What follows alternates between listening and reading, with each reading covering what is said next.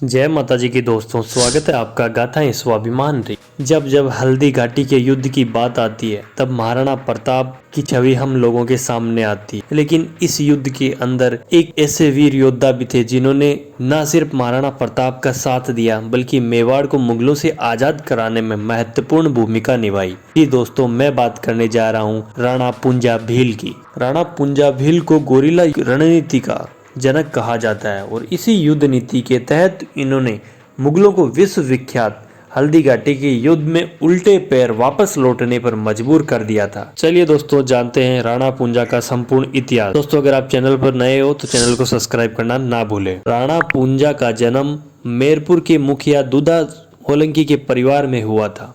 इनके पिता का नाम दूधा होलंकी जबकि इनकी माता का नाम कैरीबाई था। राणा पुंजा के बारे में कुछ भी बताने से पहले यह बताना चाहूंगा कि राणा पुंजा का शौर्य, पराक्रम, त्याग और बलिदान मेवाड़ की धरती ही नहीं बल्कि संपूर्ण भारत की मातृभूमि याद रखेगी। दोस्तों, बताना चाहूंगा कि हल्दी घाटी के युद्ध के पश्चात ही महाराणा प्रताप ने पुंजा भील को राणा की उपाधि दी थी और उसी के बाद यह राणा पुंजा के रूप में जाने गए। इनके जन्म के समय दूधा होलंकी मेरपुर के राजा थे। बचपन से ही राणा पुंजा तीरंदाजी में निपुण थे। इनके जन्म के समय दूधा होलंकी मेरपुर के राजा थे। बचपन से ही राणा पुंजा तीरंदाजी में निपुण थे। जब ये मात्र 15 वर्ष के थे तब इनको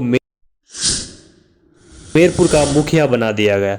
यही वह समय था जब पुंजा को जिंदगी में बहुत कुछ सिखाया। अल्पायु में ही यह युद्ध विद्या में निपुण हो गए। साथ ही इनमें शानदार नेतृत्व क्षमता थी और प्रजा का भरपूर प्यार, स्नेह, प्रेम मिला। इसी स्नेह दुलार के चलते वीर राणा पुंजा भील को भोमट का राजा बनाया गया। यह एक ऐसे वीर नायक थे जिन्हें जनता का पूरा समर्थन प्राप्त था। साथ ही इनकी ख्याति धीरे धीरे पूरे मेवाड़ में फैल गई। 1576 ईस्वी में मुगल सम्राट अकबर की नजर मेवाड़ राज्य पर थी। मुगल सेना बहुत विशाल थी और मेवाड़ के महाराजा महाराणा प्रताप को अंदेशा था यह निश्चित ही मेवाड़ पर आक्रमण करेंगे। साथ ही भील, गरसिया, गमेती समुदाय के वीर सैनिक राणा बप्पा रावल के समय से ही मेवाड़ की सेवा करते आ रहे हैं। ऐसे में महाराणा प्रताप ने राणा पुंजा भील से सहायता मांगी और मातृभूमि की रक्षा के लिए साथ आने का न्योता दिया। राणा पुंजा ने खुशी खुशी महाराणा प्रताप की बात मान ली। साथ ही यह आश्वासन दिया कि राणा पुंजा की पूरी सेना अपने प्राणों की चिंता किए बिना महाराणा प्रताप का पूरा सहयोग करेगी। किसी भी कीमत पर मेवाड़ मुगल अपना अधिकार नहीं जमा पाएंगे। राणा पुंजा ने महाराणा प्रताप को आश्वासन दिया कि आप सिर्फ आज्ञा दीजिए, मैं और मेरी पूरी सेना मेवाड़ के लिए मर मिटने को तैयार है। राणा पुंजा की सेना गुरिल्ला वार युद्ध नीति में निपुण थी। पहाड़ी इलाकों में दुश्मन की सेना को मात देने में पूर्णतः सक्षम थी। राणा प्रताप ने पुंजा को गले लगा लिया और यह भी कहा कि सिर्फ आप हमारे साथ नहीं बल्कि आप मेरे भाई हो। उस समय महाराणा प्रताप द्वारा मेवाड़ का एक राज्य चिन्ह दिया गया जिसमें एक तरफ राजपूत तो दूसरी तरफ राणा पुंजा का जिक्र है। वो आज भी उदयपुर के सिटी प्लेस के सबसे ऊपरी भाग में शोभायमान है। इस समय मेवाड़ की राजमाता जयवंता बाई ने राणा पुंजा भील को राखी बांधी थी। दोस्तों, 18 जून 1576 के दिन मुगल सेना और मेवाड़ की सेना के बीच हल्दी घाटी का युद्ध शुरू हो गया। इस युद्ध के दौरान राणा पुंजा ने युद्ध करने की एक नई तकनीक निकाली और इसका नाम था गुरिल्ला युद्ध प्रणाली।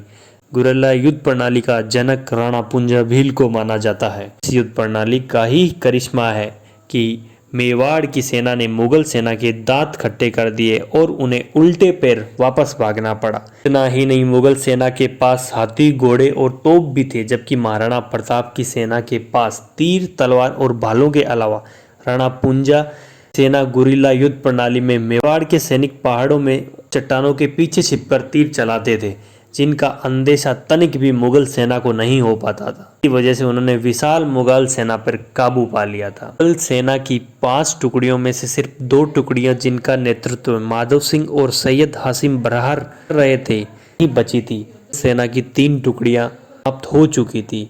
इसी हार से बुरी तरह बौखलाया हुआ अकबर अरावली पर्वतमाला छुपकर आक्रमण करने का प्लान बनाया। मेवाड़ की सेना ने यह समझा कि मुगल आक्रमणकारी पुनः दिल्ली की तरफ गए हैं, अब कुछ समय तक आक्रमण नहीं करेंगे, लेकिन ऐसा नहीं हुआ और तुरंत ही उन्होंने धावा बोल दिया। इस युद्ध में सिर्फ राणा पुंजा भील ही नहीं जाला मन्ना, हकीम का सूरी जैसे महान सेनापति ने प्रताप की सेना में शामिल थे। उन्होंने अपना बलिदान देकर मेवाड़ के भविष्य को देखते हुए महाराणा प्रताप की जान बचाई थी।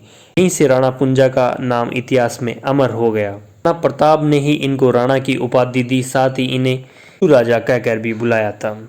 कि इस युद्ध में राणा पुंजा की मृत्यु नहीं हुई थी। ऐसा कहा जाता है कि महाराणा प्रताप की मृत्यु के पश्चात उनके बेटे अमर सिंह को राजगद्दी पर बैठाने का काम राणा पुंजा ने ही किया था। इस समय अमर सिंह की मात्र 17 वर्ष थी। वजह है राणा पुंजा की वजह से ही जब भी पगड़ी धारण की जाती है तो उसके ऊपर प्रतीक के रूप में राणा पुंजा का चिन्ह लगाया जाता है। मेवाड़ ही एकमात्र ऐसा राज्य था जिसने भील समुदाय के लोगों को इतना सम्मान दिया और कभी भी जाति के आधार पर भेदभाव नहीं किया।